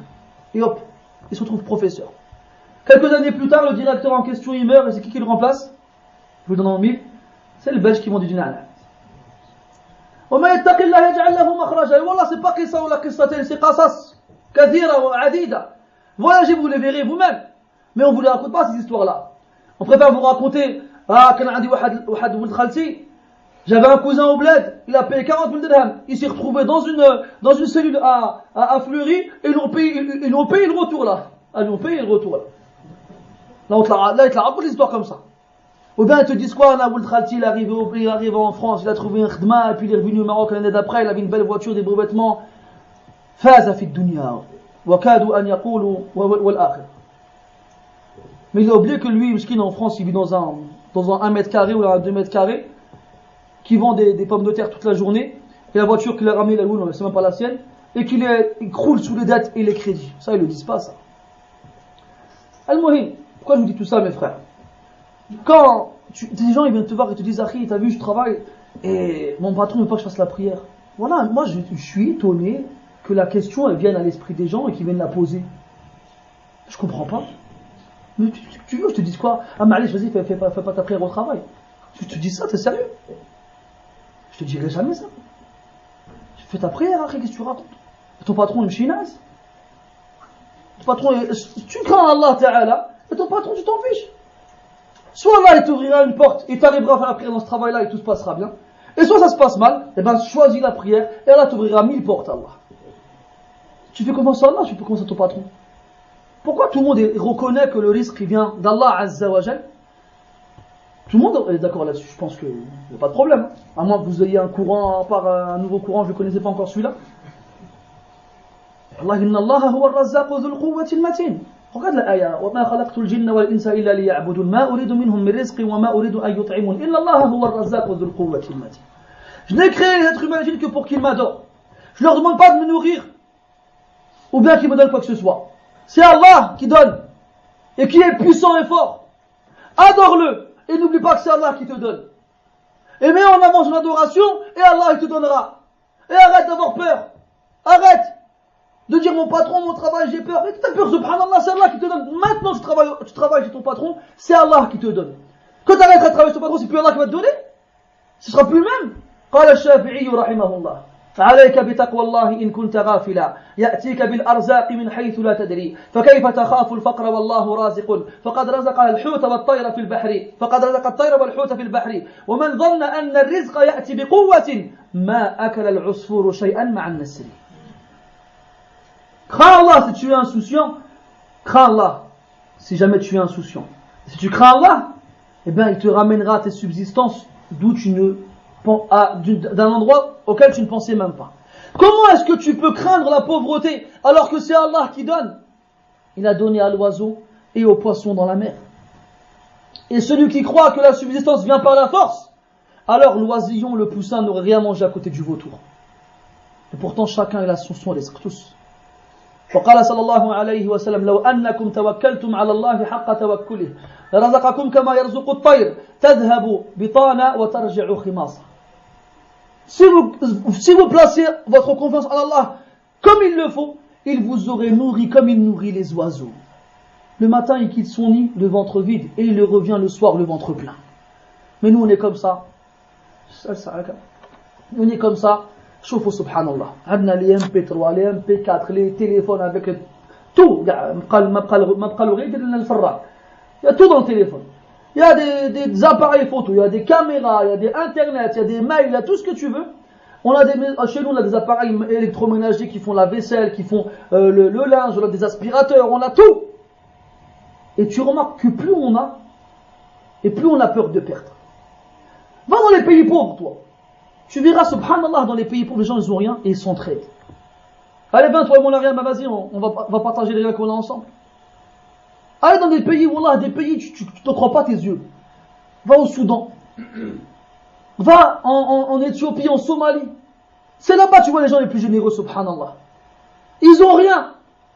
Tu n'as rien. Viens, j'ai un petit peu de riz, on va partager, Inch'Allah. Comme ça, subhanallah. Toi, tu as Carrefour dans ton placard. Tu as Leroy Merlin dans ton balcon. Et un tournevis, tu ne le prêtes pas. Quand c'est l'Eid, sauf, kadalik. Et là, je parle aux gens qui ont vécu au bled et qui viennent du bled. Billah alaykum, quand c'était l'Eid, c'était pas des jours de fête vraiment. نذبحوا ونعيطوا على الجيران ونعيطوا على الوالدين ونعيطوا على كاع الناس يلا تعالوا ناكلوا الشوا اليوم. Allez, venez, c'est l'Eid. Aujourd'hui, on va te bâh.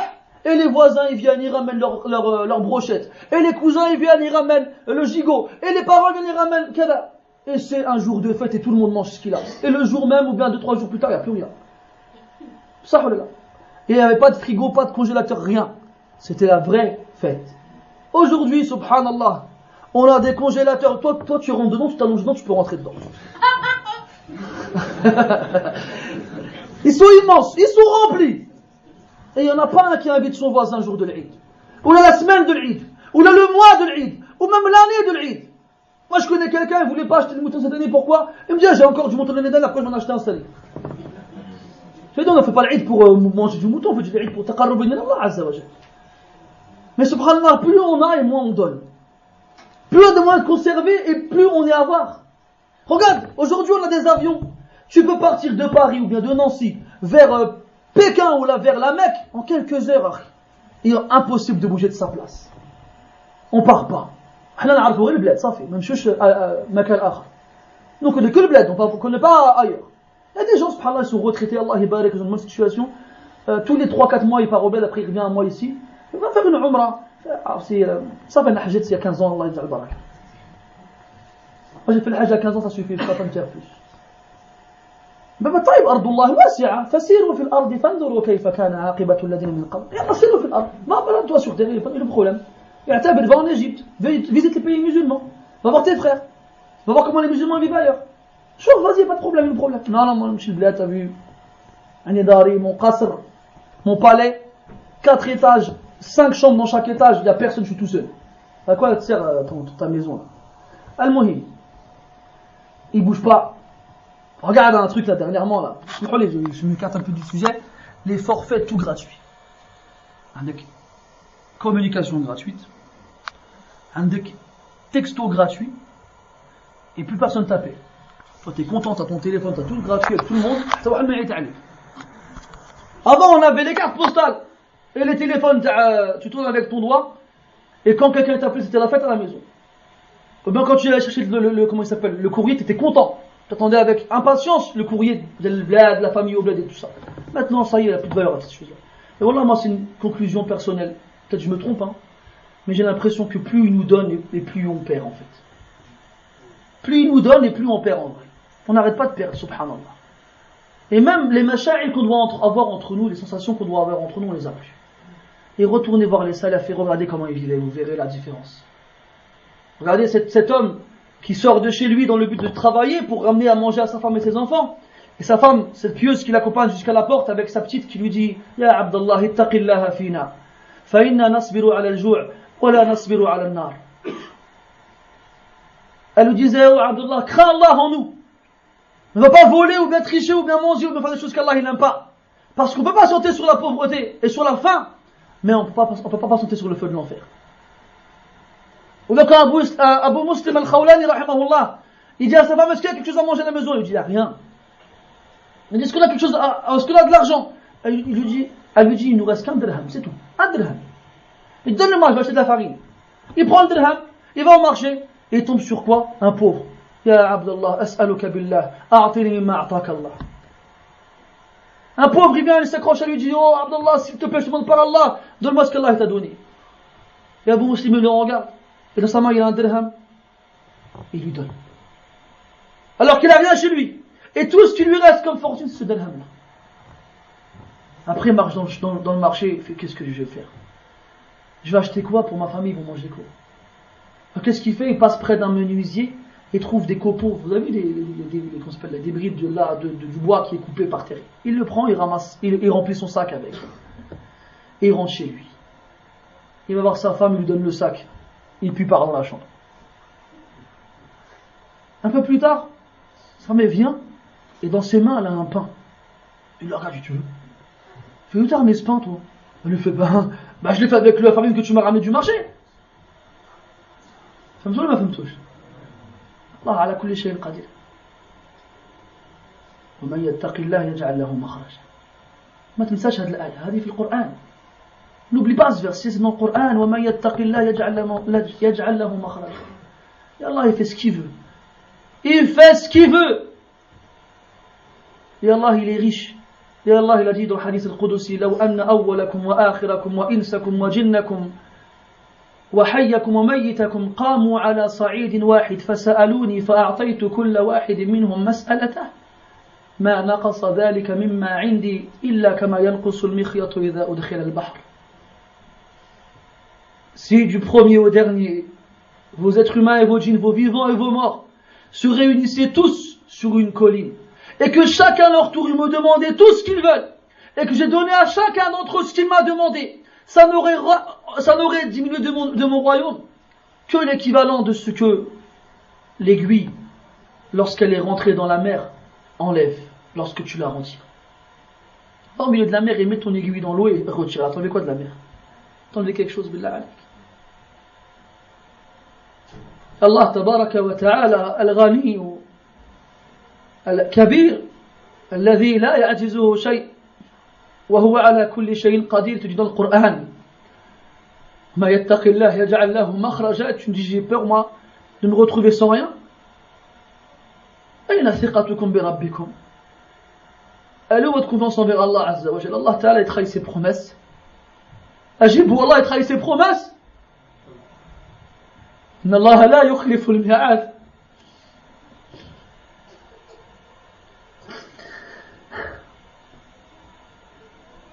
إن الله لا يخلف الميعاد. Et c'est parce que vous faites plus confiance à Allah Azza wa Jal que vous êtes humiliés par les gens qui ont le moins de valeur dans cette création. C'est parce que vous faites plus confiance à Allah Azza wa Jal que vous courbez les chines devant eux et que vous préférez faire votre travail que faire la prière à l'heure ou bien d'aller à la mosquée le vendredi. C'est parce que vous faites plus confiance à Allah Azza wa Jal que vous avez honte de laisser vos barbes et de mettre des qamis comme le prophète sallallahu alayhi wa sallam. C'est parce que vous avez plus confiance en Allah Azza wa Jal que vous préférez suivre les kuffars que les sahaba radiyallahu anhum. C'est pour ça. Revenez à Allah tabaraka wa ta'ala et faites-lui confiance et sachez qu'il n'y a qu'un chemin pour acquérir cette promesse qu'il nous a faite. Il n'y en a qu'un, il n'y en a pas 36. Celui des sahaba radiyallahu anhum. Ces hommes qui, tellement ils avaient faim, ils se roulaient par terre de douleur. Tellement ils avaient faim, ils prenaient un noyau de date. Chacun à leur tour, ils le suçaient, ils trouvaient rien d'autre à manger. Tellement ils avaient faim, ils prenaient une pierre plate qu'ils accrochaient à leur ventre et qu'ils serraient pour oublier la faim. Un jour, le prophète sallallahu alayhi wa sallam, il sort dehors et il tombe sur Abu Bakr et Omar. Il leur dit, qu'est-ce que vous faites à cette heure-ci dehors? Ils ont répondu, radiyallahu anhuma, ma akhrajana illa al-ju'. C'est que la faim qui nous a fait sortir. Et le prophète il répond, alayhi salatu wa sallam, wallahi wa ana aydan ma akhrajani illa al-ju'. Il a répondu, alayhi salatu wa sallam, même moi, wallah, c'est la faim qui m'a fait sortir. Des gens qui jamais ils auraient eu l'idée de penser, mon patron m'a dit pas faire la prière, est-ce que je l'écoute ou pas? Le simple fait que tu te poses la question, c'est un problème, ya akhi. Wallahi, c'est un problème. Et regarde comment Allah il leur a donné ce bas monde et l'au-delà aux prophètes et aux sahaba radiyallahu anhum. Et regarde comment nous on a ni din ni dunya. On a ni l'un ni l'autre. On écoute le Coran, ça nous fait rien. On écoute le hadith, ça nous fait rien. On fait le vendredi tout le temps à la mosquée, l'imam il nous dit ittaqullah, ittaqullah, ittaqullah, et dès qu'on sort on désobéit à Allah Azza wa Jal. Quand on est devant les gens, on désobéit à Allah. Quand on est tout seul, on désobéit à Allah. On respecte pas nos parents, ni nos enfants, ni nos frères, ni nos soeurs, ni nos voisins, on respecte personne. Et après on dit qu'on est des musulmans. C'est facile de le dire avec la bouche. Mais regarde la différence entre toi et eux. Et tu verras que tu n'es pas sincère dans tes paroles. Et tu verras. Et sache que tu seras fier d'être musulman, que quand tu seras fier de suivre le prophète sallallahu alayhi wa sallam et ses compagnons radiyallahu anhum. Et que le seul chemin qui ramène au paradis c'est le leur et aucun autre. Aucun autre. العلم قال الله قال رسوله قال الصحابة هم أولو العرفان ما العلم نسبك للخلاف سفاهة بين قول الرسول وقول فلان أو رأي الرسول ورأي فلان كما قال ابن القيم رحمه الله. La science, c'est Allah, il a dit, le prophète, il a dit, les sahaba, ils ont dit, c'est ça la science. Tu n'auras pas une science en dehors de celle-ci. Et si tu crois que tu peux avoir la science en dehors de cela, tu t'es égaré, tu n'as rien compris. Donc le seul chemin à suivre, mes frères, c'est celui du prophète sallallahu alayhi wa sallam et de ses compagnons radiyallahu anhum et des trois générations des trois premiers siècles. At-tabi'in wa atba'uhum. Et après, par la suite, tous les savants de l'islam qui ont suivi ce même chemin-là. Tous. Et faites attention à ces gens qui viennent te dire, nous aussi on suit les salafs. Arrête. Arrêtez de vous mentir à vous-même, tu ne suis pas les salafs. Ni de près, ni de loin. Et si tu avais vécu à leur époque, tu n'aurais pas été avec eux et Allah il sait mieux. Et ils n'auraient pas voulu être avec toi et Allah il sait mieux. Et Allah Ta'ala il sait mieux. Et je finirai sur ça. Le seul moyen pour les musulmans de retrouver la place qu'ils avaient auparavant, c'est comme ils ont fait les salafs. Il n'y a pas d'autre chemin. قال مالك رحمه الله إمام دار الهجرة لا لن يصلح أمر آخر هذه الأمة إلا بما صلح بها أمر أولها. La dernière partie de cette communauté ne verra ses affaires se résoudre que de la façon dont les premières parties de cette communauté ont agi. Il n'y a pas d'autre solution. Là, aujourd'hui, chez les musulmans, c'est la fawda. C'est la fawda. Il n'y a pas un pays sur terre qui est attaqué par un autre sans que ce soit des musulmans qui soient les victimes. Allah dit Inna Allah la yughayyiru ma biqawmin hatta yughayyiru ma bi anfusihim. Allah ne change pas l'état d'un peuple tant qu'ils ne changent pas, tant qu'ils ne décident pas de changer eux-mêmes. Ça ne veut pas dire comme ils disent n'importe quoi, là tu vas, tu fais des manifestations, tu te retournes contre les gouverneurs et puis tu fais la guerre et puis c'est n'importe quoi. C'est pas ça comme ça. L'islam il a dit de faire. Pareil, c'est simple, on ne veut pas s'embrouiller avec vous ou bien ramenez-nous un verset du Coran ou bien un hadith qui prouve ce que vous dites. Et moi je vous ramènerai des hadiths dans lesquels le prophète nous dit de patienter avec les mauvais gouverneurs. Les gouverneurs injustes, c'est pas, il n'y en a pas un, il n'y en a pas deux, il y en a des dizaines. Après ils nous disent quoi, non, vous travaillez pour les gouverneurs. C'est vrai, moi j'ai une paye chez moi du gouverneur. Moi j'en ai, je la reçois à la maison. Qu'est-ce que j'ai à gagner moi de défendre le gouverneur? J'ai quoi? Je vis même pas dans son pays, qu'est-ce que j'ai à gagner moi? Concrètement parlant bien sûr. Il est où mon intérêt moi? Mon intérêt, c'est que les musulmans ne s'entretuent pas. C'est qu'il n'y ait pas des femmes qui pleurent parce que leur père et leur fils et leurs enfants ils ont été tués. Il n'y a pas que des hommes qui pleurent parce que leur femme elle a été violée devant leurs yeux. Sous quelle raison? Le gouverneur il nous énervait, on en avait marre. Vous êtes les premiers à avoir des gouverneurs qui sont durs avec vous? Ah wallah, vos gouverneurs par rapport aux anciens, ils leur arrivent pas à la cheville dans le mal. Ils leur arrivent pas à la cheville. Revenez aux histoires, de l'histoire des musulmans, vous verrez par vous-même. Vous verrez par vous-même des catastrophes inimaginables qui ont eu lieu dans notre histoire.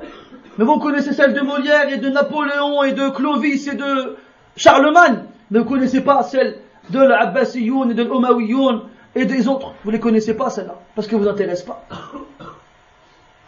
Hein? Ben revenez à votre histoire et vous verrez que ce qu'on vit aujourd'hui, wallah, on n'a pas à se plaindre. On n'a pas à se plaindre. Naam, c'est vrai, les gouverneurs qu'on a, ils sont injustes avec nous. C'est vrai. Comme vous êtes, eh ben vous aurez des gouverneurs pareils. Zama, on est tous des anges, tout ça la mosquée, tu rentres faire la prière, Zama.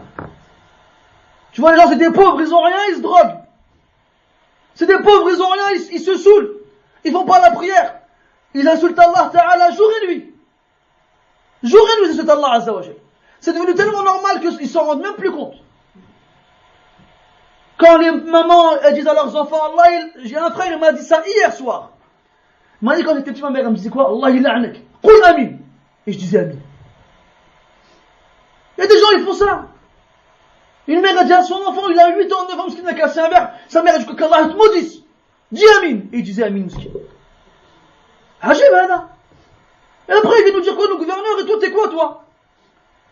T'as 5 enfants, t'arrives pas à les tenir.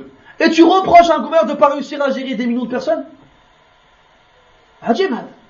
Allez, on se lève tous et on fait la guerre, et puis advienne que pourra, soit on meurt, soit on passe, soit on y passe, soit pas, tout ça casse comme ils disent. C'est pas comme ça l'islam. T'as vu ça où, toi? C'est la fawda, on fait ce qu'on veut? C'est pas comme ça. C'est pas comme ça, les ikhwan, wallah. Et vous verrez, de toute façon, vous voyez, hein. De toute façon, on l'a vu, hein. Donc, il y a quoi? La Tunisie, il y a la Libye, il y a l'Égypte, et là, il y a la Syrie actuellement. On va voir. De toute façon, on a déjà eu des exemples dans l'Afghanistan et l'Irak. On n'en a pas eu. C'est mieux maintenant en Irak et en Afghanistan que c'était avant. Répondez-moi. C'est mieux, hein. Ils vivent mieux, les Afghans. Ils sont contents, les Irakiens. Moi, j'ai vu, subhanallah, une vidéo. Tu voyais un soldat, tu voyais un Irakien, il était assis sur une chaise, en train de pleurer. Et t'as un soldat américain, il lui dit, qu'est-ce qu'il y a? Il lui dit, j'ai perdu ma femme, mes enfants, vous avez détruit ma maison. Et le soldat américain lui dit, ouais, mais on t'a sauvé Saddam Hussein, maintenant t'es libre. Après, il a dit quoi? Ouais, mais ça sert à quoi la liberté quand j'ai plus rien? J'ai plus rien. Ma femme et mes enfants, ils sont morts. Ma maison, elle a brûlé, j'ai plus rien. C'est quoi être libre avec rien, c'est quoi? Il lui fait, ouais, mais maintenant, Saddam Hussein, il est plus là. Et alors, au moins, on vivait avec Saddam Hussein. On vivait. C'est vrai, c'était pas la belle vie. C'est pas Manhattan ou là, je sais pas quoi d'autre.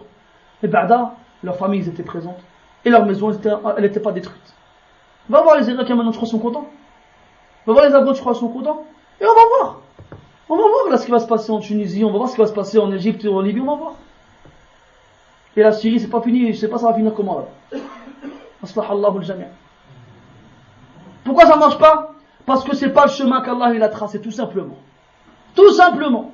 Et même si ça vous gêne qu'on dise c'est pas comme ça qu'il faut faire, eh ben c'est pas comme ça qu'il faut faire. Shi'tum am abaytum, que vous le vouliez ou non, c'est pas comme ça qu'il faut faire. Tout simplement. Et moi je gagne rien, moi. Je gagne rien, moi, quand je dis ne pas faire ces choses. Je travaille pas pour eux, j'ai pas un salaire qui me vient de la part de tous les rois des pays musulmans. J'ai rien du tout de leur part. On fait que suivre les textes, c'est tout. Et on les interprète comme les salafs ils l'ont interprété.